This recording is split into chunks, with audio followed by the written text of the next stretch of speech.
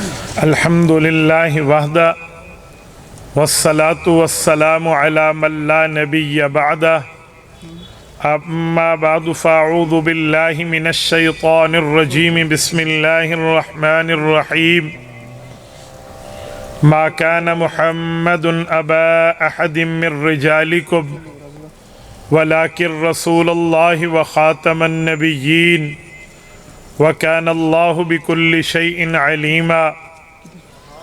عن ابي هريرة رضي الله تعالى عنه قال قال رسول الله صلى الله عليه وسلم فضلت على الأنبياء بست أوتيت جوامع الكلم ونصرت بالرعب وأحلت لي الغنائم وجعلت لي الأرض مسجدا وطهورا وأرسلت إلى الخلق كافة وختم بي النبيون. رواه الإمام الهمام المسلم في صحيحه. صدق الله العظيم وبلغنا رسوله النبي الأمي الكريم ونحن على ذلك لمن الشاهدين والشاكرين والحمد لله رب العالمين. نماز اچھی، روزہ اچھا، حج اچھا، زکوٰۃ اچھی، مگر باوجود اس کے میں مسلمان ہو نہیں سکتا نہ جب تک کٹ مروں خواجہ یثرب کی حرمت پر خدا شاہد ہے میرا کامل ایمان ہو نہیں سکتا. معزز دوستو، آج 2 دسمبر 2023 بروز ہفتہ ہے اور میں یہاں زندہ دلان کے شہر لاہور میں شاہدرہ خالد لطیف ٹاؤن کے اندر مولانا حافظ مدثر صاحب اور ہمارے محترم شیخ محمد ریاض صاحب کی دعوت پرخلوص پر تاجدار ختم نبوت صلی اللہ علیہ وآلہ وسلم کانفرنس سے معنون اس پروگرام میں شرکت کا موقع پا رہا ہوں. میرے ساتھیوں، آپ کا اور ہمارا عقیدہ اور نظریہ ہے کہ سرور کائنات صلی اللہ علیہ وآلہ وسلم کی ذات اقدس اس کائنات کے وجہ مقصود ہیں. اللہ تعالیٰ نے حضور اقدس صلی اللہ علیہ وآلہ وسلم کو بنانا نہ ہوتا تو یہ کائنات معرض وجود میں نہ آتی. نبی اقدس صلی اللہ علیہ وآلہ وسلم اس دھرتی پہ تشریف لائے ہیں تو آج اس دھرتی کو وجود ملا ہے، اس دھرتی کے انبیاء کو وجود ملا ہے، اولیاء کو وجود ملا ہے.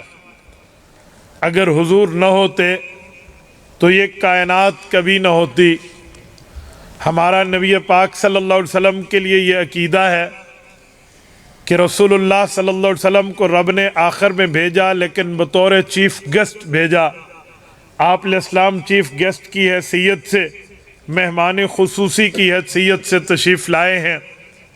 سرور کائنات صلی اللہ علیہ وآلہ وسلم انبیاء میں سب سے آخر کے اندر تشریف لا کر خاتم النبیین کے منصب پہ فائز ہیں. ختم نبوت کا مطلب، ختم نبوت کی اہمیت، ختم نبوت کا نظریہ، یہ آج ہماری گفتگو کا محور عنوان ہے. میں عقیدہ ختم نبوت پہ بات کرنے سے پہلے، دلائل شروع کرنے سے پہلے بطور تمہید آپ کی خدمت میں وہ چند معروضات پیش کر رہا ہوں جس کی بنیاد پر ہمیں اگلی گفتگو سمجھ آنی ہے.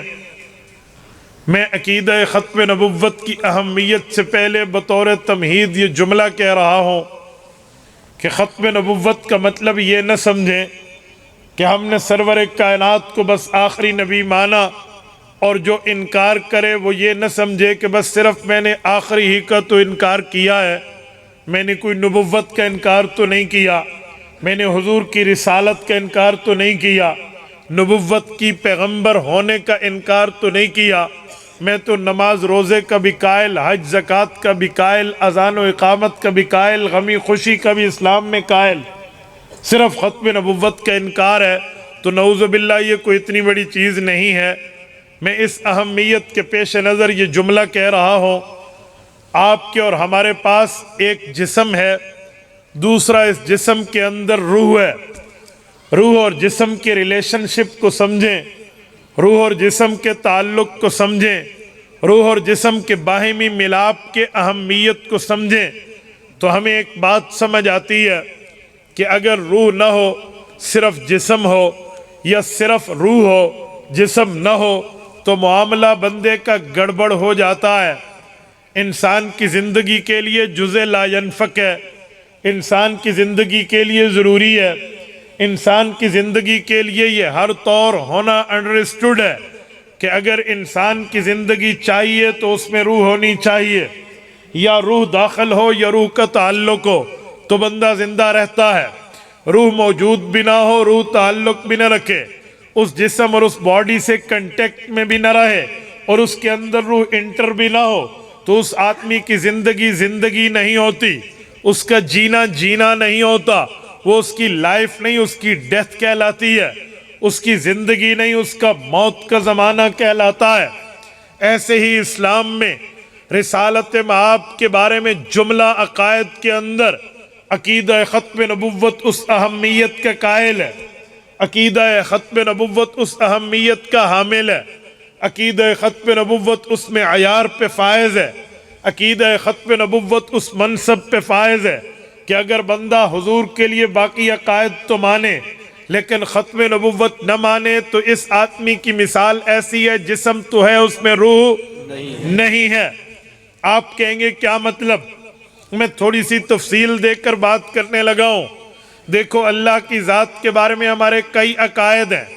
ہم اللہ کو عالم الغیب بھی مانتے ہیں، اللہ کو عالم الشہادہ بھی مانتے ہیں، اللہ کو خالق بھی مانتے ہیں، مالک بھی مانتے ہیں، رازق بھی مانتے ہیں، مالک الملک بھی مانتے ہیں، مالک یوم الدین بھی مانتے ہیں، ذوالجلال والاکرام بھی مانتے ہیں، محیی اور ممیت بھی مانتے ہیں۔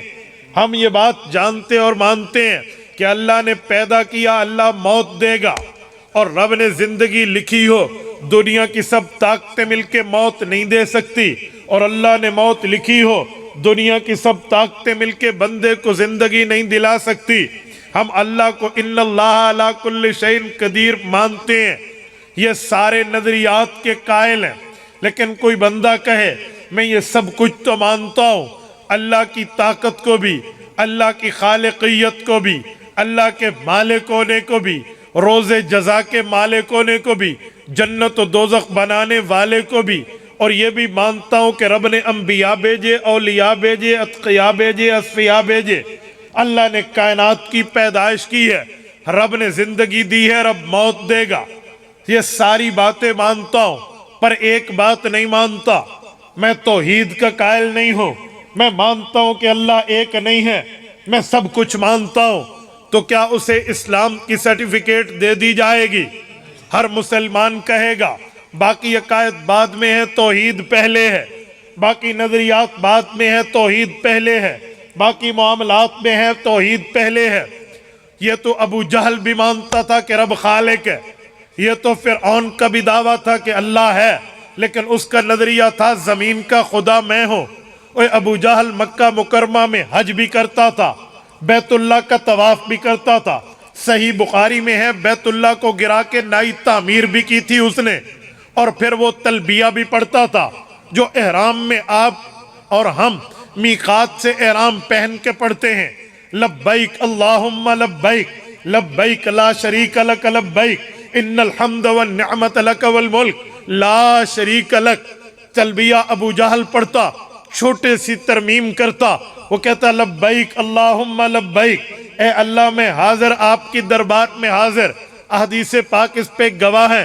وہ کہتا لبیک لا شریک لک لبیک، اللہ میرا یہ بھی نظریہ ہے کہ آپ کا کوئی شریک نہیں ہے، لیکن چھوٹا سا جملہ کہتا الا تملکہ، اللہ جن کو تو نے ملکیت دے دی ہے، جن کو ملک اور طاقت دے دی ہے، وہ بھی تیرے شریک ہیں۔ بس یہ توحید کا انکار کرتا، باؤنڈری آف اسلام سے آؤٹ ہو گیا ہے۔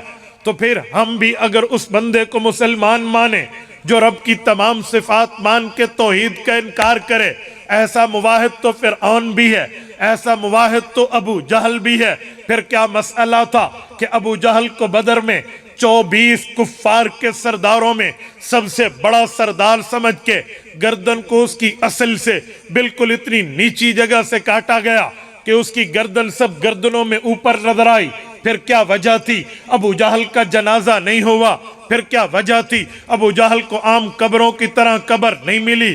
پھر کیا وجہ ہے کہ اللہ کے رسول نے لہا انائن نتلا ان کو فرمایا ہے کہ یہ تو بدبودار لوگ ہیں، ان سے تو شرک کی بو آتی ہے، ان کو تو ایک کنویں میں ڈال دو۔ بھئی وجہ کیا ہے؟ پیغمبر علیہ السلام نے ابو جہل کو اس امت کا فرعون قرار دیا ہے۔ بابا وجہ ایک ہے، عقائد بھی مانتا تھا، مسائل بھی مانتا تھا، اپنے معاملے پہ دین بھی جانتا تھا، پر توحید نہیں مانتا تھا۔ ابو جہل ڈکلیئر ہو گیا، توحید کا قائل نہیں تھا، کافر اعظم بن گیا، توحید کا ماننے والا نہیں تھا، دشمن اول بن گیا۔ پتہ چلا توحید رب کے عقائد کے بارے میں بنیاد ہے، رب کے عقائد میں بیس ہے، رب کے عقائد کے معاملے میں یہاں سے مسئلہ شروع ہو کے یہیں پہ مسئلہ ختم ہوتا ہے کہ توحید نہیں ہے تو کچھ نہیں ہے، توحید ہے تو سب کچھ ہے۔ جب ہم توحید کے بارے میں اللہ کے عقائد کے اندر اتنے مضبوط ہیں تو بعین ہی ایسے رسالت معاب کے بارے میں عقائد و نظریات ہیں۔ اب ایک بندہ آئے وہ کہے میں حضور پاک علیہ السلام کو محمد الرسول اللہ مانتا ہوں، محمد ابن عبداللہ مانتا ہوں، حضرت رسول اللہ کو آمنہ کا در یتیم مانتا ہوں، حضرت عبداللہ کا لخت جگر مانتا ہوں، حضرت عبد المطلب کا پوتا مانتا ہوں، حضرت امیر حمزہ اور عباس کا بھتیجا مانتا ہوں، اور یہ بندہ وہ نظریہ پیش کرے کہ حضور پاک علیہ السلام حضرت خدیجہ سے لے کر حضرت سودا تک ایک ایک بیویوں کے شوہر بھی ہیں، حضرت زینب، حضرت رقیہ، ام کلثوم و فاطمہ رضی اللہ عنہن اپنی 4 بیٹیوں کے والد بھی ہیں، پیغمبر اپنے 3 بیٹوں کے ابا بھی ہیں، نبی پاک علیہ السلام امام مکہ بھی ہیں، حضور پاک امام بیت المقدس بھی ہیں، حضور امام الانبیاء بھی ہیں، امام حرم مدنی مدینہ پاک میں مسجد نبوی کے امام بھی ہیں، پیغمبر کی غار بھی مانتا ہوں، مزار بھی مانتا ہوں، پیغمبر کی معراج بھی مانتا ہوں، ہجرت بھی مانتا ہوں، پیغمبر کے ابو بکر کے الف سے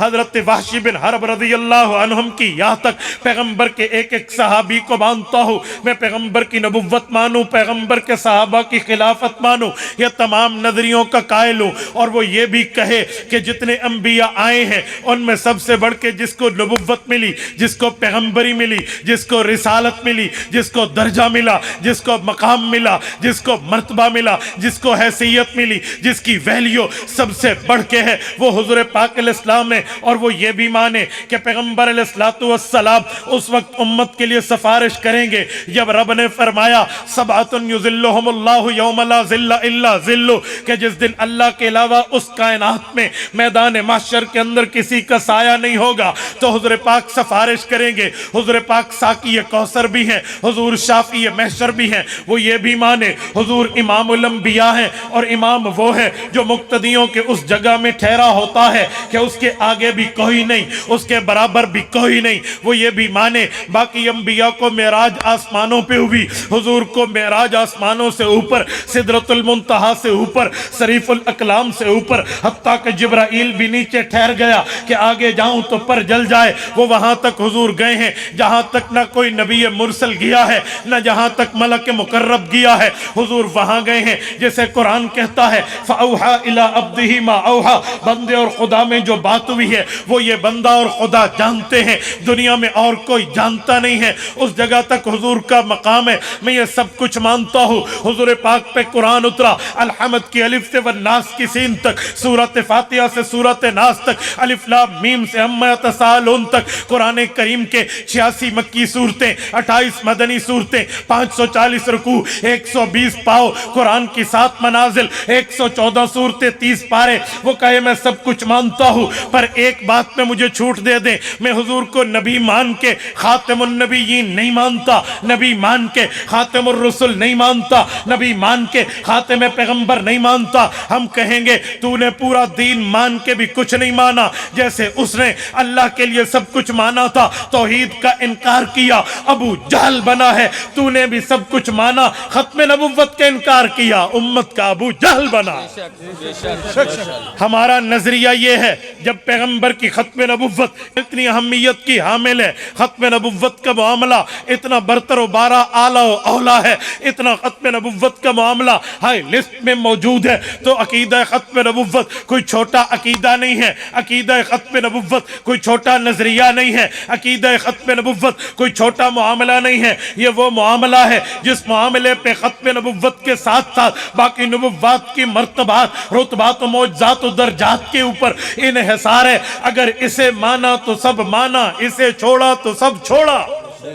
ہم نے تاجدار ختم نبوت کانفرنس میں آئے ہوئے آپ لوگوں کو یہ میسج دینا ہے، یہ پیغام دینا ہے کہ جلسہ برائے جلسہ نہیں ہے، یہ پروگرام برائے پروگرام نہیں ہے، یہ ایک پارٹی سیلیبریٹ بطور ایک پارٹی نہیں ہے، بلکہ یہ ایمان کی بات ہے، اسلام کی بات ہے، قرآن کی بات ہے، حضور کے فرمان کی بات ہے، شریعت اور دین کی بات ہے، مذہب اور اسلام کی بات ہے۔ ختم نبوت کا نظریہ وہ نظریہ ہے جس نظریے کو حضرت مفتی شفیع رحمہ اللہ نے خاتم النبیین کامل میں لکھا ہے کہ قرآن کی 100 آیات میں اللہ نے بیان کیا ہے، حضور پاک نے 210 احادیث میں بیان کیا ہے۔ ختم نبوت تو وہ عقیدہ ہے جس پر صحابہ کا خون لگا ہے، وہ نظریہ ہے جس پر تابعین کی قربانی لگی ہے، وہ نظریہ ہے جس پر ختم نبوت کے معاملات میں آج تک مسلمانوں کے دل دھڑکتے ہیں، آج تک مسلمانوں کی نبضیں چلتی ہے، آج تک اسلام کے معاملے میں روح موجود ہے، تو وہ نظریہ ختم نبوت کا ہے، وہ عقیدہ ختم نبوت کا ہے۔ اس بنیاد پہ ہم کہتے ہیں حضور پاک کی ختم نبوت دین کی بنیاد ہے، حضور پاک کی ختم نبوت دین کا بیس ہے، حضور پاک کی ختم نبوت دین کا معیار ہے، حضور کی ختم نبوت دین کی اساس ہے۔ اگر اسے مانا سب کچھ مانا، اسے چھوڑا پورا دین چھوڑا۔ میں نے اہمیت پہ بات کی ہے، میں نے ابھی دلائل پیش نہیں کیے، میں نے اہمیت اجاگر کی ہے، ابھی ایویڈنس پیش نہیں کیے۔ میرے بھائیوں میں بتانا چاہتا ہوں کہ جس عقیدے پہ دلائل سنو گے، جس نظریے پہ دلائل سنو گے، جس نظریے پہ میں آپ کے سامنے ایویڈنس پروف لاؤں گا، جس نظریے پہ زبان خدا، زبان مصطفیٰ پیش کروں گا، اس کی اہمیت کیا ہے، اس کا مقام کیا ہے، اس کا مرتبہ کیا ہے۔ اس عقیدے کا مرتبہ یہ ہے کہ وہ دین کی بنیاد ہے، اس عقیدے کا مرتبہ یہ ہے وہ دین کی اساس ہے، اس عقیدے کا مرتبہ یہ ہے اگر اسے مانا تو سب کچھ مانا۔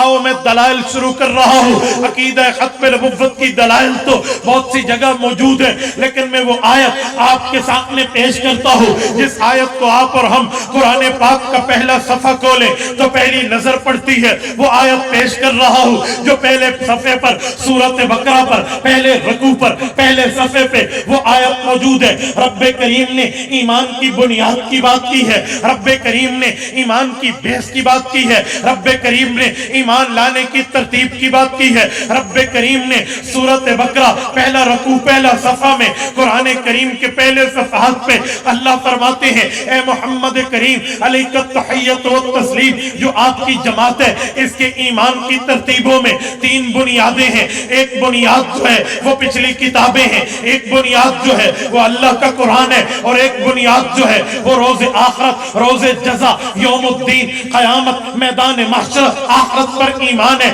اللہ فرماتے ہیں والذین یؤمنون بما انزل الیک وما انزل من قبلک وبالآخرۃ ہم یوقنون۔ اللہ تعالیٰ کی قرآن کی اس آیت کا ترجمہ یہ ہے، رب فرماتے ہیں والذین، وہ لوگ، یؤمنون، جو ایمان لاتے ہیں، بما انزل الیک، اس چیز کی طرف جو اے محمد صلی اللہ علیہ وسلم آپ پہ نازل ہوئی ہے، یعنی اللہ کے قرآن پہ یہ ایمان لاتے ہیں۔ وما انزل من قبلک، جو آپ سے پہلے اترا، آپ سے پہلے نازل ہوا، آپ سے پہلے رب نے بھیجا، یعنی تورات ہے، یعنی زبور ہے، یعنی انجیل ہے، یعنی صحائف ہے، یہ ان پہ بھی ایمان لاتے ہیں۔ پھر اس کے بعد وبالآخرۃ ہم یوقنون، یہ آخرت پر ایمان رکھتے ہیں۔ رب کریم نے حضور کے یارانہ پیغمبر کے صحابہ کی بات کی، رب کریم نے حضور کے گھرانہ، حضور کی اہل بیت کی بات کی ہے۔ یہ اس وقت کی بات ہے جب قرآن اتر رہا ہے، اس وقت کی کی بات ہے جب وحی کا نزول ہے، اس وقت کی بات ہے جب وحی اتر رہی ہے.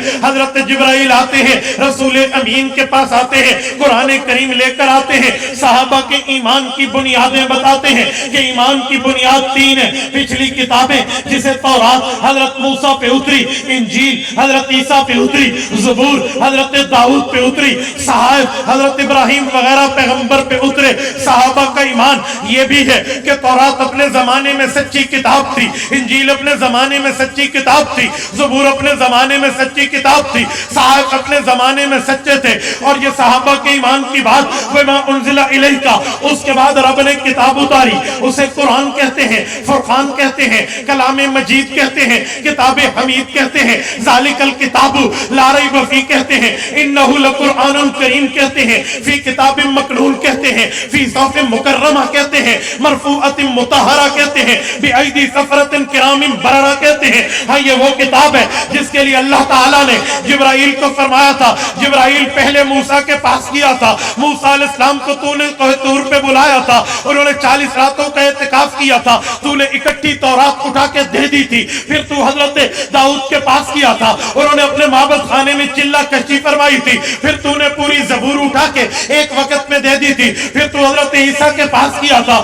وہ بھی اپنے معبد خانے میں عبادت کے اعتکاف کرتے تھے. جب عبادت پوری ہوئی تو نے انجیل اکٹھی اٹھا کے دے دی. اے جبرائیل یاد رکھنا، اب محمد الرسول اللہ آیا ہے، کائنات کا سردار آیا ہے، انبیاء کا امام آیا ہے. اس کا معاملہ یہ نہیں ہے کہ تو نے اکٹھا دینا ہے، اس کا معاملہ یہ نہیں ہے کہ تو نے یک بارگی سے دینا ہے، من جملۃ واحدہ دینا ہے. جی نہیں، اس کے صحابہ ہوں گے، کبھی مکہ میں سوال کریں گے، وَيَسْأَلُونَكَ عَنِ الْمَحِيضِ کہیں گے، تو نے آیت اتار دینی ہے. اس کے پاس کفار آئیں گے، چاند کے بارے میں وَيَسْأَلُونَكَ عَنِ الْأَهِلَّةِ کہیں گے، تو نے جواب میں آیت اتار دینی ہے. اس کے پاس لوگ آئیں گے، يَسْتَفْتُونَكَ فِي النِّسَاءِ کہیں گے، تو نے احکام نساء کو اتار دینا ہے. اس کے پاس لوگ آئیں گے، آ کر کہیں گے کہ تیرے رب نے تجھے چھوڑ دیا، 3 سال ہو گئے ہیں، یہاں پر وہی نہیں آئی. جبرائیل تو نے جانا ہے، وَالضُّحَىٰ وَالضُّحَىٰ وَالضُّحَىٰ، پیغمبر کے چہرے کی قسم اٹھا کے یہ آیت میں نے دینی ہے. تو نے نورانی پروں پہ پرواز کر کے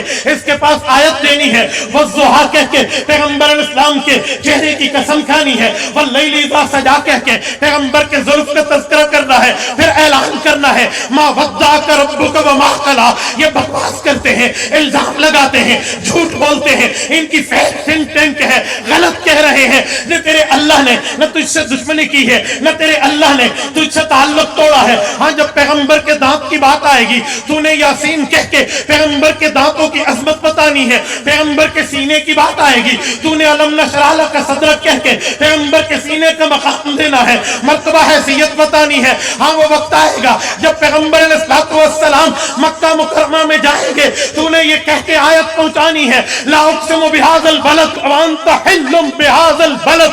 جبرائیل ہاں جب یہ مدینے میں جائیں گے پھر تو نے آیت اتارنی ہے، وہذا البلد الامین. ہاں جبرائیل تو ان کے پاس جائے گا جب ان کے صحابہ بیٹھے ہوں گے اور وہاں ایک نابینا آئے گا، وہ عبداللہ ابن ام مکتوم آ کر پیغمبر سے سرگوشی چاہے گا. کافر کہیں گے ہم سے بات کرو، لیکن نابینا صحابی کہے گا یا رسول اللہ میرا مسئلہ حل کر دے.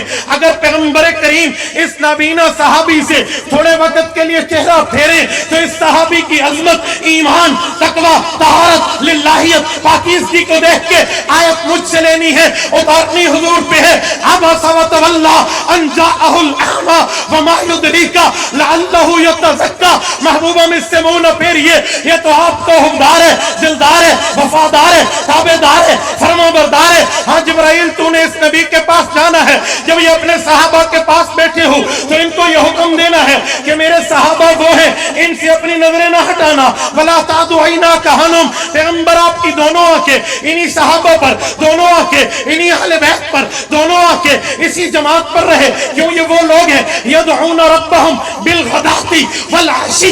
یہ دن بھی نہیں دیکھتے، یہ رات بھی نہیں دیکھتے، یہ سردی بھی نہیں دیکھتے، یہ گرمی بھی نہیں دیکھتے، یہ موسم بھی نہیں دیکھتے، اللہ کو پکارتے ہیں. ہاں جب ان کا معاملہ آئے تو نے یہ آیات اٹھا کے ان کی طرف پہنچ جانا ہے. یہ جبرائیل یہ وہ ہے جب اس پیغمبر علیہ السلام کے لیے قرآن آئے گا، مکہ میں ہوگا تب بھی دینا ہے، مدینہ میں ہوگا تب بھی دینا ہے، یہ بدر میں ہوں تب بھی دینا ہے، اور خندق و نحر میں ہوں تب بھی دینا ہے. فتح مکہ کے بعد ان کے داڑھی کے 18 بال سفید ہوں، 1000 کلومیٹر کا سفر کر کے تبوک پہنچے، تو نے جیش العسرہ کی آیات اٹھا کے وہاں بھی پہنچنا ہے، اور یہ 1.25 لاکھ صحابہ سے مخاطب ہوں، 9 ذی الحجہ ہو، عرفہ کا دن ہو، مقام رحمت پہ ٹھہرے ہو، عرفات کا میدان ہو، تو نے وہاں پہ الیوم اکملت لکم دینکم واتممت علیکم نعمتی ورضیت لکم الاسلام دینا کی آیات لے کے اس کے پاس پہنچنا ہے۔ جبرائیل امین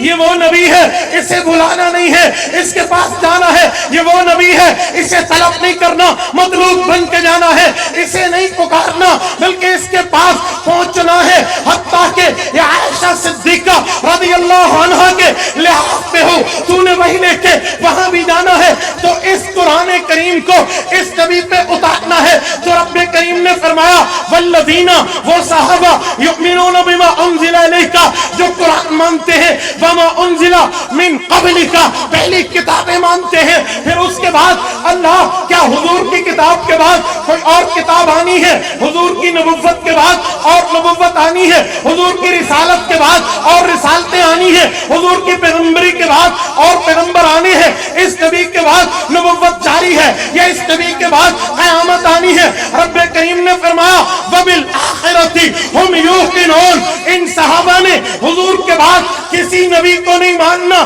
کسی ولی کے نبوت کی بات نہیں کرنی، کسی کتاب کی بات نہیں کرنی، کسی وحی کی بات نہیں کرنی، کسی کلام خدا کی بات نہیں کرنی۔ کلام خدا ہے تو مصطفیٰ پہ ہے، کلام الہ ہے مصطفیٰ پہ ہے، کلام قرآن ہے، قرآن میں ختم ہے۔ پہلی کتابیں ایمان کا حصہ، اللہ کا قرآن ایمان کا حصہ، وبالآخرۃ ہم یوقنون۔ اب قیامت تو آ سکتی ہے، میدان حشر تو آ سکتا ہے، میدان محشر تو آ سکتا ہے، نیا نبی مبعوث نہیں ہو سکتا۔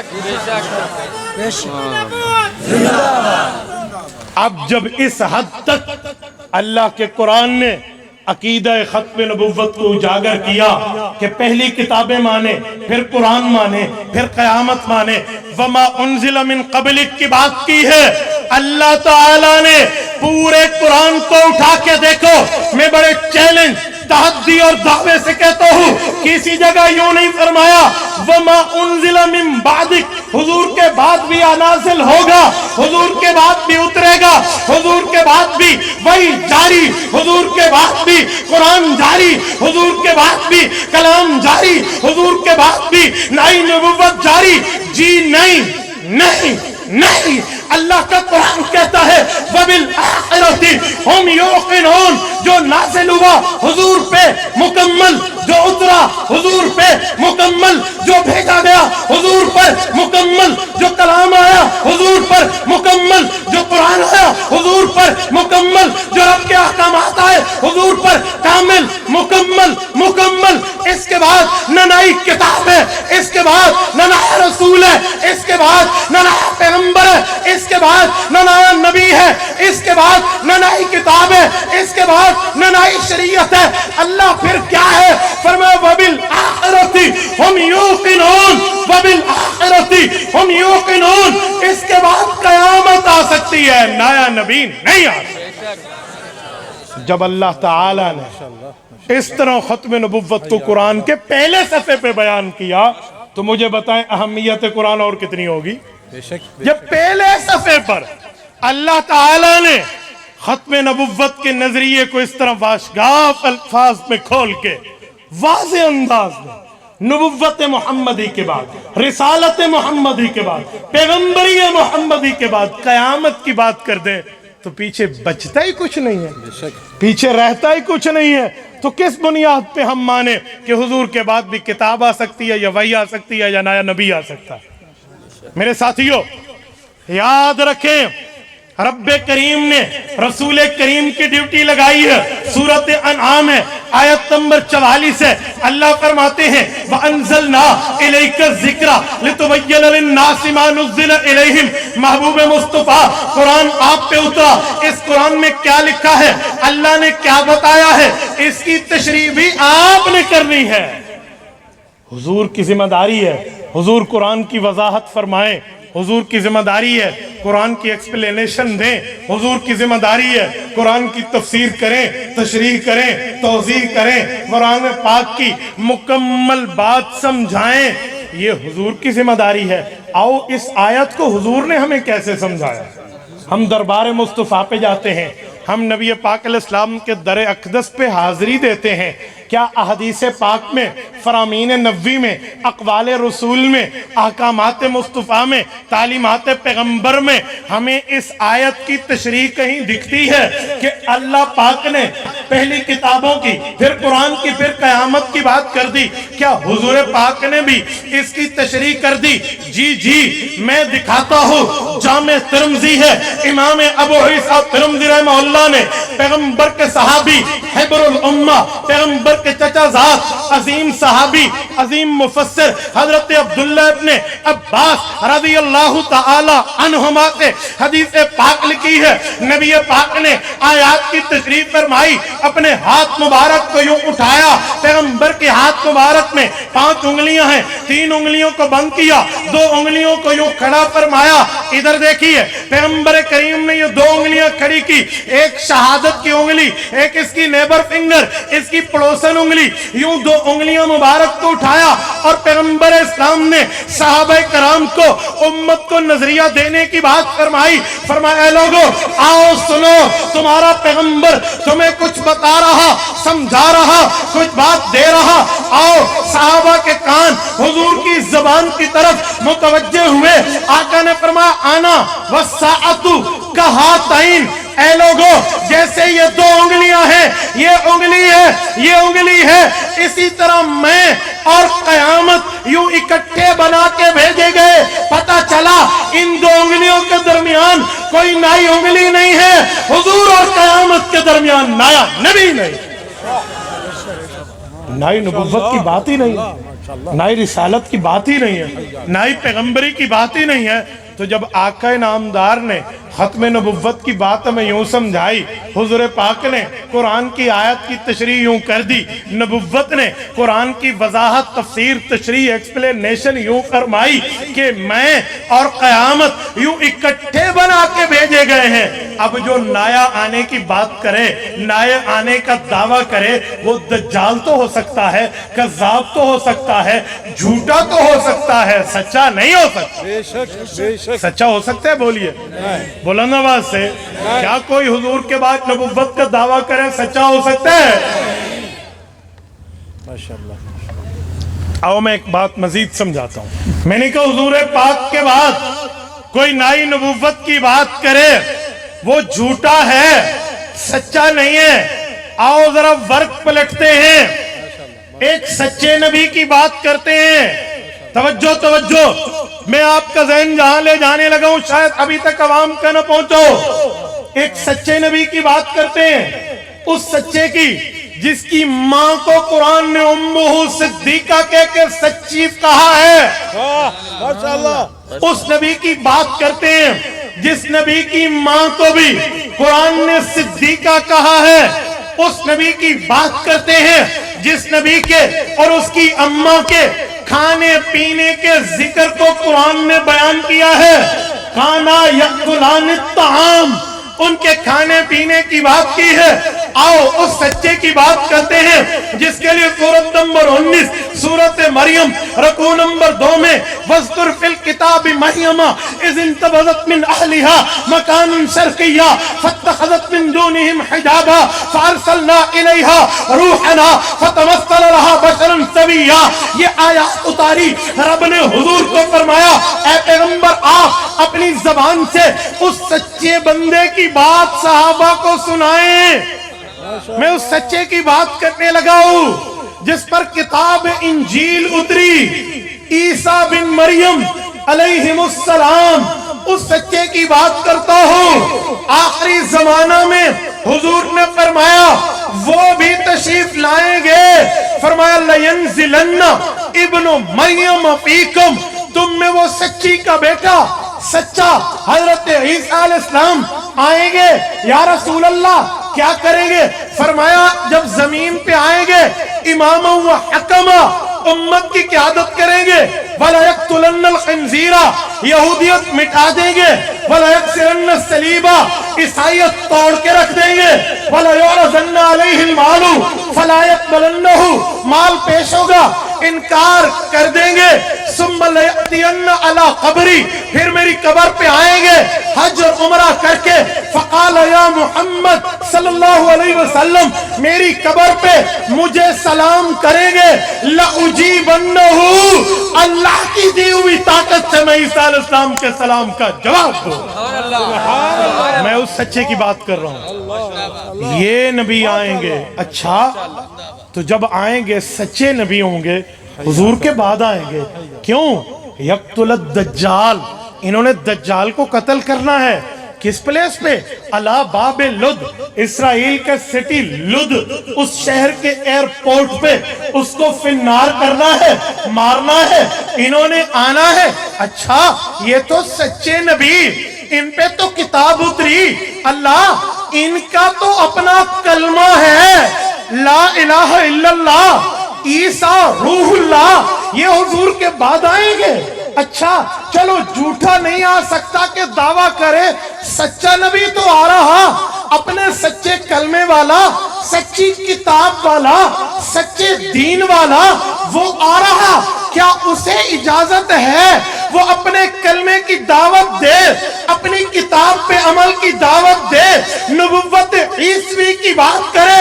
فرمایا جی نہیں، سچا نبی آئے گا، سچی کتاب والا، سچے کلمے والا، سچے دین والا، سچی نبوت والا، سچی رسالت والا، سچی پیغمبری والا، سچے مذہب والا، سچے کلمے والا، لیکن اسے بھی ختم نبوت کی وجہ سے نبوت کے اعلان کی ضرورت نہیں ہے، حضور کے اتباع کا معاملہ۔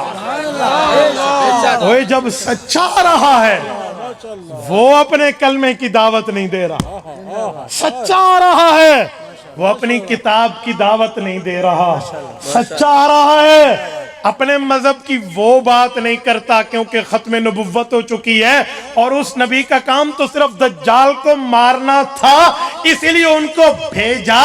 جب سچی کتاب، سچی نسب، سچے کلمے، سچے دین والا، سچی نبوت والا حضور کے بعد اپنا کلمہ نہیں چلا سکتا تو مرزا گندی نالی کا گندا کیڑا کیسے چلا سکتا؟ اس کی بات کیسے ہو سکتی ہے؟ اس کے معاملات کیسے ہو سکتے ہیں؟ حضور کے بعد سچے کے لیے گنجائش، اسپیس، معاملہ، پرمیشن، اجازت یہ نہیں ہے کہ وہ اپنے کلمے کی دعوت دیں، وہ کلمہ مصطفیٰ کا پڑھیں گے، وہ قرآن مصطفیٰ کا مانیں گے، وہ مذہب مصطفیٰ کا مانیں گے، وہ امتی کے طور پہ آئیں گے، اپنا کام کر کے تشریف لے جائیں گے۔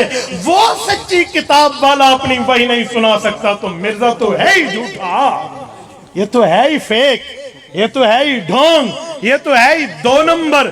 اس کو کہاں سے پرمیشن ملی؟ اس کو کہاں سے اجازت ملی؟ ایسا کچھ نہیں ہو سکتا جیسا ان لوگوں نے سوچا ہے۔ میرے نبی کی ختم نبوت پہ مہر اللہ نے لگائی ہے، اور خدا کا آرڈر، لوہے کا گارڈر کسی کا باپ بھی اس کو نہیں توڑ سکتا۔ تو اللہ کا معاملہ ہے، یہ تو رب العزت کے معاملات ہے، اسے کس بنیاد پہ چیلنج کیا جا سکتا ہے یا اس کا انکار کیا جا سکتا ہے؟ اور میرے ساتھیوں توجہ رکھنا، میں نے آپ کی خدمت میں اہمیت کی بات بھی کی، آیت کی بات بھی کی، احادیث کی بات بھی کی، اور سچے نبی کی آمد پہ حضور کی اتباع، چاروں باتیں کی۔ آؤ میں پانچویں اور آخری بات کی طرف آپ کو متوجہ کرنے لگا ہوں۔ توجہ میرے دوستو، اس وقت اگرچہ عارضی جنگ بندی ہو چکی ہے فلسطین اور اسرائیل کے معاملے میں، اگرچہ عارضی جنگ بندی ہے، لیکن کچھ باتیں ہیں جو ہماری امت کو سمجھنی چاہیے، ہماری عوام کو سمجھنی چاہیے، بیسک پوائنٹس ہیں۔ ہم سے لوگ پوچھتے ہیں مولانا انڈیا کافر ملک ہے، امریکہ کافر ملک ہے، برطانیہ کافر ملک ہے، پاکستان نے انہیں تو ایکسپٹ کیا ہوا ہے، تو اسرائیل کافر ملک ہے، اسے ایکسپٹ کرنے میں کیا حرج ہے؟ یہ ہم سے نیو جنریشن سوال کرتی ہے۔ کالج یونیورسٹی سے ہمارے دوست آئے ہوئے، وہ پوچھتے ہیں کہ یار اسرائیل کو تسلیم کرنے میں کیا حرج ہے؟ سنیں، باقی دلائل اپنی جگہ کہ قائد اعظم نے اس کو اس دھرتی پہ ناجائز بچہ کہا ہے، مسلمانوں کے سینے پہ خنجر کہا ہے، باقی اپنی جگہ۔ لیکن کیا آپ کو اسرائیل بننے کی ہسٹری پتہ ہے؟ تو جب ہم یہ سوال کرتے ہیں تو وہ بیچارے سمجھتے ہیں کہ پتہ نہیں ہے، آیت سنو نہیں پتہ۔ تو جب آپ کو یہ نہیں پتہ تو آپ کس بیس پر یہ ڈیسیجن لے رہے ہیں کہ ہمیں تسلیم کر لینا چاہیے؟ آؤ میں آپ کے سامنے نوجوانوں اسرائیل بننے کی ہسٹری پیش کرتا ہوں۔ جس طرح قادیانیت نبوت اسلام کے سینے میں گویا خنجر ہے، ایسے اسرائیل اس دھرتی پہ امت مسلمہ کے سینے میں خنجر ہے۔ قادیانیوں نے جو اپنا ربوہ یہاں بنایا، آپ کو پتہ ہے اس ربوے میں انہیں اپنی جنت بنا رکھی ہے۔ آپ تو بڑے حیران ہوں گے، ایسے تو ہمارے اکابر نے نام نہیں بدلا، ایسے تو ربوہ کو چناب نگر نہیں کہا، وہاں اپنی جنت بنا رکھی ہے۔ ادھر ان کی حوریں گھومتی ہیں، ادھر ان کے غلمان ہیں، ذرا جا کے تو دیکھو، پورے معاملات ہیں۔ تو یہ ساری ترتیبیں ہیں۔ ایسے ہی اسرائیل کو معرض وجود میں لایا گیا تھا۔ پتہ ہے کیسے؟ یہ جو سیکنڈ ورلڈ وار تھی، دوسری جنگ عظیم کے بعد جب برطانیہ نے بہت سے ممالک پہ قبضہ کیا ہوا تھا، تو یہ جگہ اس پر بھی برطانیہ ناجائز قابض تھا۔ جرمنی سے یہودی جب مار کھا کے نکلے وہاں سے، یہ کچھ بچے کھچے، تو یہ اس وقت فلسطین کے علاقے میں آئے کہ دیکھو ہم یہودی ہیں، ہم تورات کے پیروکار ہیں، اور ہمارے پیغمبر یہودی کہہ رہے ہیں حضرت موسیٰ علیہ السلام، حضرت ہارون علیہ السلام، حضرت داؤد علیہ السلام، حضرت یحییٰ علیہ السلام، حضرت زکریا علیہ السلام وغیرہ، ہم ان سب کا معاملہ اسی بیت المقدس کی سرزمین سے ہے۔ تو ہمیں اگر یہاں رہنے کے لیے مکان دے دی جائیں تو ہم 2-4 گھر اپنی کالونی بنا کے اپنی جگہ میں رہیں گے، تاکہ ہم اپنے نبیوں کے مقدسات کو دیکھ سکیں، ان کی زیارت کر سکیں۔ اور پھر مسلمانان فلسطین کو حضرت عمر کے دور کا رضی اللہ عنہ وہ معاہدہ یاد کرانے لگے کہ آپ کو تو پتہ ہے آپ کے خلیفہ دوم حضرت عمر نے اجازت دی تھی کہ یہودی یہاں آ کے زیارت تو کر سکتے ہیں نا، بیت المقدس تو ہم سب کا ہے، حضرت داؤد علیہ السلام نے بنایا ہے، حضرت سلیمان علیہ السلام نے بنایا، اس طرح کی باتیں۔ تو ٹھیک ہے بھائی، آپ زمین لے لیں، یہ باتیں ہوئیں۔ اس وقت عرب علماء میں اور علماء دیوبند میں ایک اختلاف پیدا ہوا۔ عرب علماء نے فتویٰ دیا کہ اگر یہودی یہاں ماتحت رہنا چاہتے تو انہیں زمین بیت المقدس کے قریب کی بیچ دی جائے۔ خیر ہے، اگر کوئی کنال 2 کنال ایک یہودی لینا چاہتا ہے، کوئی پلاٹ لینا چاہتا ہے، دے دے۔ لیکن میں سلام پیش کرتا ہوں حکیم الامت مولانا اشرف علی تھانوی رحمۃ اللہ علیہ کی فراست کو، مفتی اعظم متحدہ ہندوستان مولانا مفتی کفایت اللہ دہلوی رحمہ اللہ کی علمی اور فقہی فراست کو۔ انہوں نے فتویٰ دیا تھا کہ عرب علماء کی عظمت ہمارے سامنے مسلم اپنی جگہ، لیکن ہم یہ جائز نہیں کہیں گے کہ یہودی وہاں زمین خرید سکے۔ انہیں رہنا ہے رینٹ پہ رہیں، کرائے پہ رہیں، ان کو زمین بیچنی نہیں ہے۔ فرمانے لگے کہ حضرت عمر جیسے مدبر وقت آدمی نے، جب اس وقت کے وہاں کے عیسائی یوں وَهُمْ صَاغِرُونَ جیسے قرآن کی حالت کہتے ہیں نا، ذلیل ہو کر آئے اور یوں چابیاں دی تھی، تو اس نے بھی ان کو یہاں ریزیڈنسی نہیں دی تھی، فار رینٹ کی بات کی تھی، تو آپ انہیں بیچے نہیں۔ لیکن عرب علماء کہنے لگے یار بیچارے ہیں، ذلیل ہو کے آئے ہیں، کیا ان سے کرایہ لینا، ایک ہی دفعہ بیچ دو، خیر رہیں گے، زیارت ہی کریں گے، کون سا مسئلہ۔ تو انہوں نے جگہ خریدنی اور بیچنی شروع کر دی۔ انہوں نے کچھ جگہ لے لی اور اس پہ کالونیاں، ٹاؤن شپ یہ قائم کر لی اپنے۔ یہ دوسری جنگ عظیم کے بعد چلتا رہا، چلتا رہا۔ اس دوران تحریک چلی، تحریک پاکستان کی۔ وہ کہتے تھے نا، لے کے رہیں گے پاکستان اور بٹ کے رہے گا ہندوستان۔ ہندوستان سے پاکستان نکلا، معرض وجود میں آیا۔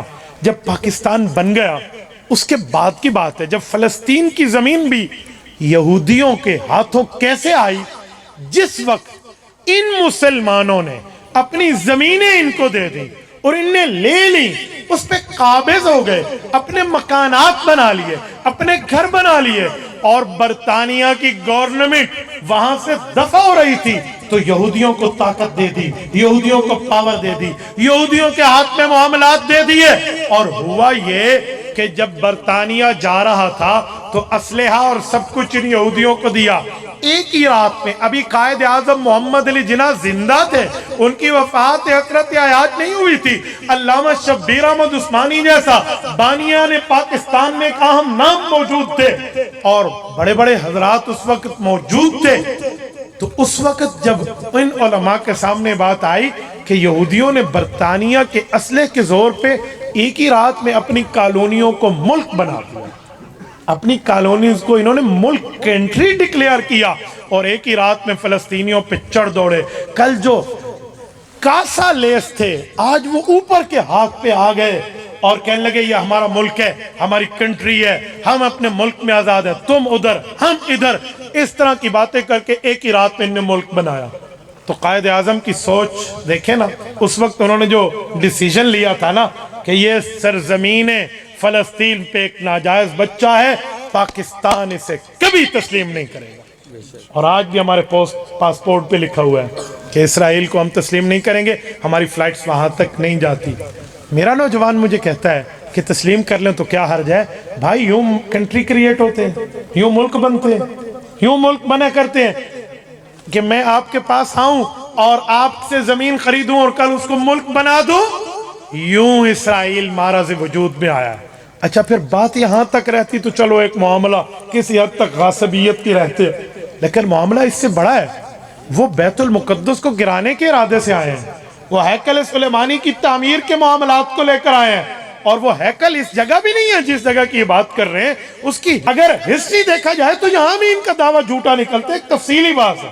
لیکن میں نے آپ کے سامنے بنیاد یہ رکھی ہے کہ نوجوانوں آپ یہ نہیں کہہ سکتے کہ کافر ملک امریکہ اور ہندوستان بھی اسے تسلیم کیے تو اسے بھی کر لیں، جی نہیں، یہ غاصب لوگ ہیں، یہ دوسرے کے حق پہ ڈاکو ہیں، یہ تھیف ہیں، چور ہیں، انہوں نے سینہ زوری سے اس زمین پہ قبضہ کیا ہے۔ تو فلسطینی آج صرف اپنی زمین کی آزادی کی جنگ نہیں لڑ رہے، وہ لوگ اس مسجد کی حفاظت کی جنگ لڑ رہے ہیں جس مسجد پر آپ کا بھی حق ہے، ہمارا بھی، اور اس مسجد میں وہ عبادت ہوئی ہے جو عبادت سورج جب تک پیدا ہوا ہے، اور جب یہ سورج اذا الشمس کورت میں جا کے ختم ہو جائے گا قیامت میں، تب تک نہ اس سے پہلے ایسی عبادت ہوئی نہ اس کے بعد ایسی عبادت ہونی۔ وہ عبادت یہ ہے کہ وہاں وہ نماز پڑھی گئی ہے جہاں امام بھی نبی ہے، مقتدی بھی نبی ہے، وہ نماز پڑھی گئی۔ میرے دوستو اس جگہ کی وہ حفاظت کے لیے بیٹھے ہیں۔ آج ہم لوگ حق تو یہ تھا کہ کندھے سے کندھا ملا کے، قدم سے قدم ملا کے ہم ان بھائیوں کے ساتھ ٹھہرے ہوتے۔ ناراض نہ ہونا، ہم بغیرتی کا گھونٹ پی چکے ہیں، ہم اقوام متحدہ کی سرحد کی پابندیوں میں بیٹھے ہیں، ہم نہیں جا سکتے۔ یہ ملکوں کا کام ہوتا ہے، ملک کی فورسز کا کام ہوتا ہے، حکمرانوں کا کام ہوتا ہے، وہ نہیں جا رہے، خدا کو وہی جواب دیں گے، لیکن جتنی طاقت ہماری ہم اتنا بولیں گے۔ ہم جو کر سکتے ہیں ہمیں وہ کرنا چاہیے۔ ہم معاشی طور پہ فلسطین کے حق میں اسرائیل کا بائیکاٹ کر سکتے ہیں۔ مسلمانوں آج یہ کام ہمیں کرنا ہوگا، اور میں سلام پیش کرتا ہوں اپنے دوستوں کو جنہوں نے بائیکاٹ کیا ہے، اور بڑے بڑے برانڈ کی گردنوں میں جہاں سریا ہوتا تھا آج وہ فلیکسیبل بن چکے ہیں۔ آپ نے کبھی سنا ہے کہ پیپسی آپ کو خریدنے پہ عمرے پہ بھیجے؟ ہاں، آج وہ اوپر فلسطین لکھے، آپ نے سوچا؟ کبھی بھی نہیں ہو سکتا۔ ایک بندے نے بڑی اچھی بات کی، اس نے کہا جی آپ کمانڈر ابو عبیدہ کی تصویر بھی اس پہ شائع کر دو، ہم پھر بھی تمہارا بائیکاٹ جاری رکھیں گے۔ عجیب معاملہ۔ یاد رکھیں نیسلے کے پانی کے علاوہ بھی پانی پیا جا سکتا ہے۔ ایکوافینا پہ لعنت بھیجیں، یہ بھی پیپسی کی کمپنی ہے۔ اسی طرح یہ پیپسی ہے، یہ کوک ہے، یہ سیون اپ ہے، یہ مرنڈا ہے، یہ ڈیو ہے۔ یہ چائے میں باقی پتیاں استعمال کریں، لپٹن کی پتی کیا ضرورت ہے؟ یہ بچوں کو لیز کھلا کے ہم دے رہے ہیں۔ یاد رکھیں آپ نے لیز لے کر دے دی ہے نا، آپ نے ایک فلسطینی قتل کر دیا ہے، ایک پیکٹ پر ایک آپ نے قتل کیا ہے۔ آپ اپنے بارے میں سوچ لینا۔ آج ہم بھی اپنے بچوں کے ساتھ رات کو آرام سے سوتے ہیں، وہاں بھی کوئی ہے، وہ بھی لوگ۔ میں اللہ کی قسم بات کروں تو شاید کوئی آنکھ نہ ہو جو بھر نہ جائے، لیکن میں کہاں تک آپ کے سامنے جملہ کہوں، ہمیں اسرائیلی مصنوعات اور قادیانی مصنوعات کا بائیکاٹ کرنا ہوگا۔ کریں گے یا نہیں کریں گے؟ جتنے ساتھی بیٹھے ہیں، یہ فرشتے لکھ رہے ہیں، آپ ہاتھ اٹھا رہے ہیں، کریں گے؟ جتنے دوست بیٹھے ہیں اسرائیلی مصنوعات کا بائیکاٹ کرو گے؟ اس کے لیے مہم چلاؤ گے؟ اس کے لیے بات کرو گے؟ ایک ایک جگہ اس کے لیے پوسٹ کر کے بات کر کے اس معاملے کے تک پہنچو گے؟ جزاکم اللہ۔ اور اس پر پلان بی بھی ہے۔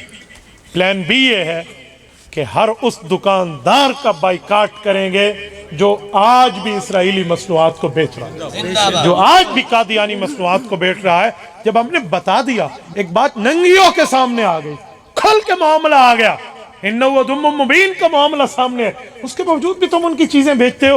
ہم ایسے دکاندار سے صحیح مصنوعات کی چیزیں بھی نہیں لیں گے۔ صحیح ہے، کریں گے یا نہیں کریں گے؟ دوسرا کام یہ ہے کہ جو آپ کے پاس آئی ڈیز ہیں، یہ آج کے دور کا بہت بڑا ہتھیار ہے، آج میڈیا وار کی جنگ ہے، اپنی آئی ڈیز کو فلسطین کے حق میں رنگین کر دیں، مسجد اقصیٰ کی ڈی پی لگائیں۔ آج میں نے دیکھا ہے بہت سے دوست وہ ڈی پیز لگاتے ہیں جو مسجد اقصیٰ نہیں ہے، وہ قبہ صخرہ ہے، قبہ صخرہ پیلا گنبد اور مسجد اقصیٰ کالا گنبد ہے۔ مسجد اقصیٰ اور ہے، حضور نے نماز پڑھائی ہے، قبہ صخرہ سے معراج کا سفر شروع ہوا ہے۔ آج گوگل بھی کریں تو مسجد اقصیٰ وہی چیز آ جاتی ہے۔ یہ بھی ایک سازش ہے کہ کسی دن نعوذ باللہ وہ اس پہ وار بھی کر دے تو مسلمان کہیں نہیں، یہ تو ہم لائیو دیکھ رہے ہیں، پیلا گنبد تو باقی ہے۔ یہ بھی ایک سازش ہے۔ تو مسجد اقصیٰ کی تصویر لگائیں، کریں گے انشاءاللہ، فلسطینیوں کے حق میں پوسٹ کریں گے۔ اور اسی طرح تیسرے نمبر پہ ہم ان کے لیے اگر جا نہیں سکتے تو اللہ کے سامنے دعا تو کر سکتے ہیں۔ یار سفید ریچھ سے رب کتنا حیا فرماتے ہیں، چھوٹے بچوں کے ہاتھ اٹھوائیں، گھر میں ان سے دعا کروائیں، معصوم ہے میرے مولا، ان کی وجہ سے وہاں رحمت فرما دو۔ اور چوتھا کام، حدیث پاک میں سنن ابن ماجہ کی روایت ہے، حضور پاک علیہ السلام سے ایک صحابی کی گفتگو ہے کہ لمبی حدیث میں ایک ٹکڑا پیش کرنے لگا ہوں، علماء جانتے ہیں۔ اس صحابی کو آپ علیہ السلام نے بیت المقدس میں نماز پڑھنے کی فضیلت بتائی کہ 50,000 نمازوں کا ثواب ہے، وہاں جاؤ۔ وہ غریب آدمی تھے تو انہوں نے عرض کیا کہ یا رسول اللہ اگر میں جا نہ سکوں وہاں، تو نبی پاک نے جو جملہ فرمایا نا، حافظ صاحب یقین مانیے ایسے لگتا ہے جیسے آج ہمیں یہ سبق دیا جائے۔ حضور نے فرمایا اگر وہاں نہیں جا سکتے تو وہاں پر جو چراغ جلتے ہیں نا، اس کے تیل میں اپنا حصہ ڈال دیں۔ اللہ آپ سنن ابن ماجہ اٹھا لیں، اللہ، تو ہم فلسطینیوں کی امداد کریں۔ میں کوئی آپ کو فورم نہیں دے رہا کہ میرے فورم سے کریں، جو فورم آپ کو اتھنٹک لگتا ہے اسی سے بھی۔ شیخ الاسلام دامت برکاتہم کا فورم بھی موجود ہے، اور قائد ملت اسلامیہ حضرت مولانا فضل الرحمان دامت برکاتہم کا معاملہ بھی سب کے سامنے۔ 1,76 کروڑ روپے کی پہلی قسط جا کے ان کو دی حضرت مولانا فضل الرحمان نے۔ سبحان اللہ، 1,76 کروڑ میں صفریں کتنی آتی ہیں، جس کو صفر بھی نہیں پتا وہ بھی قائد محترم پہ بک بک کر رہا ہے، ہائے ہائے، جس کو اتنا بھی نہیں پتا کہ 1,76 کروڑ میں صفر کتنی آتی ہیں۔ یہ تمہارا عقل، یہ تمہاری دانش، یہ تمہاری سوچ، یہ تمہاری عقل کا لیول، اور تم بات کرتے ہو اس پر جس کے پیچھے لاکھوں علماء ہاتھ باندھ کے ٹھہرے۔ سبحان اللہ۔ آج جب کسی حکمران کو جرت نہیں ہوئی، جب کسی جرنیل کو جرت نہیں ہوئی، جب کسی بڑے سے بڑے لیڈر کو جرت نہیں ہوئی، اس نے اربوں روپے جا کے ان کے قدموں میں ڈھیر کر دیا۔ یہ بھی کم ہے، ہم سمجھتے ہیں ہمیں اس سے بھی زیادہ کرنا چاہیے۔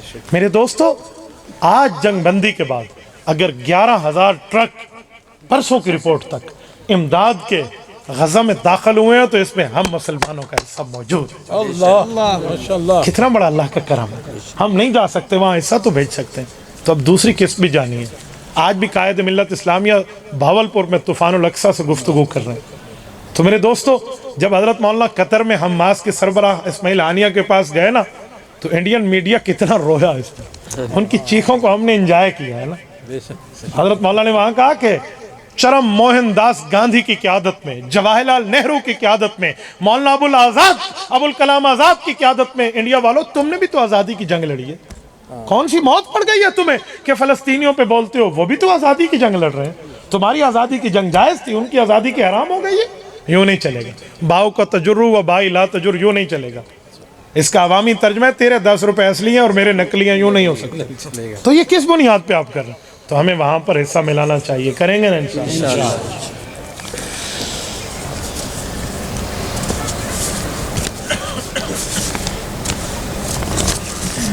مفتی صاحب، آپ کا مسکرانا ہمیں اچھا لگتا ہے اور بعض لوگوں کو جلاتا ہے، ذرا مسکرائیے۔ یار جلانے کے لیے ماچس کافی ہے، میری مسکراہٹ آپ کو کیا چاہیے؟ ٹھیک ہے، اس کے لیے ماچس موجود ہے، آپ کچھ اور کو دیکھ لیں۔ کسی مولوی صاحب کا نام لکھ کے بھیجا، اس کے بارے میں بتا دیں، بابا انہیں سے خود پوچھ لیں ان کا عقیدہ کیا ہے۔ فلاں آپ کو چیلنج کرتے ہیں، بابا یہ چیلنج والے باتیں ختم ہو گئی ہیں، ایسی باتیں ہیں۔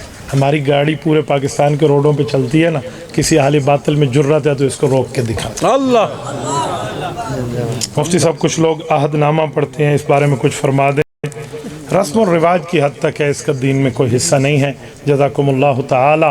اقول قولی ھذا واستغفر اللہ وآخر دعوانا ان الحمد للہ رب العالمین۔